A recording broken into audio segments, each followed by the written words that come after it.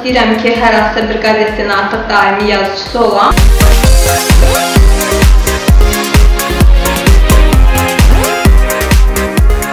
Я не знала, что новость может быть холодной и горячей. Facebook'da ilanı gördüm. Elə fikirləşdim ki, çox çətin kursdur, mənim yerimdir. Ona görə birinci seçimlərə gəlmədim. Sonra bir də dərsdə şahid oldum, buna dərslər nətər keçirir. Mənə çox maraqlı gəldi. Mənim fikrim tam başqaydı, mən psixolog olmaq istəyirdim. Amma bura gələndən sonra nəsə fikrimdə dəyişiklik oldu, jurnalistikada yol açıldı. Çox maraqlı kursdur. Bizim ki, olsa dərslər daha geniş açılsın, bizim daha çox şəraitimiz olsun, video çəkməyə, qəzet buraxmaq istəyərdim. Kursun mən bu sahə heç maraqlı yox idi. Amma sonra dərslər, mən elə fikirləşirdim, jurnalistin işi əlində mikrofon, təzə xəbər gəzməkdir, birinin üstə beşini qoymaqdır.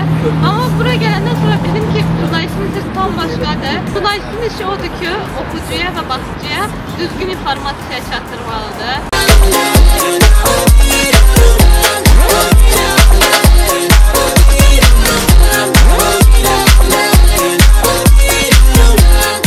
Я уделяла внимание к телепередачам, к разговору ведущих.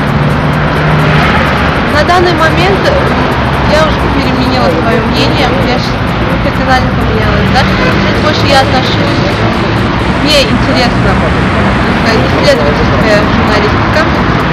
Также мне нравится писать о конкретном спорте журналистики. Heç bir məlumatım yox idi jurnalistika haqqında. Demək olar ki, heç yatsam yuxuma belə girməzdi ki, jurnalistika kursuna gələcəm və ya məqalə yazacağam və ya belə bir şeylər. Tihauza gəldim və sizlə danışdım bu haqda. Siz dediniz kurslardır, maraqlıdır, bu edəcəkdim. Artıq maraq yarandı və ilk dərsdə gələndən demək olar ki, maraqımı çox cəlb etdi. Artıq yazmağa da başladım. Heç mən xəbər oxumurdum demək olar ki, kitablardan başımı qaldırmırdım. Artıq internetdə, Facebookda xəbər səhifələrinə like elədim və artıq mənə xəbərlər gəlir. Maraqlanıram, kim nə cür yazır, yazıçılarla çox maraqım var, kim necə yazır və artıq öz metodumu gəlişdirməyə başlamışam demək olar ki. İlk yazımı yazanda çox həyəcanlıydım. Aslında heç qəzetə çıxacaq deyə yazmamışdım. Sadəcə dərs üçün xəbər yazmışdım. Manevr Gənclər Mərkəzi təşkilatı olan bir tədbirin xəbərini yazmışdım və xoşa gəldi, qəzetə yollanıldı. Sonra əsasında mənim üçün çox maraqlı bir yazım getdi qəzetə.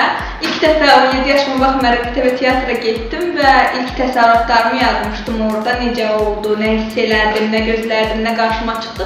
Bunlar haqqında yazdım və bu qəzetə göndərildi. Bunu ilk qəzetə göndərən əlbəttə ki, çox sevindim. Mənə ilk xəbərimdən daha çox ikinci xəbərim mənə daha çox sevindirdi. Çünki öz elə bir hisslərim idi. Evdəkilərin çox dəstəyi var artıq. Demək olar ki, anam çox bəyəndi ki, yazılarım qəzetə gedir. Demək olar ki, artıq qoca babamıza da marağı var, bu işlə biraz məşğul olub deyə çox sevindi buna yazılarımın çıxmağına.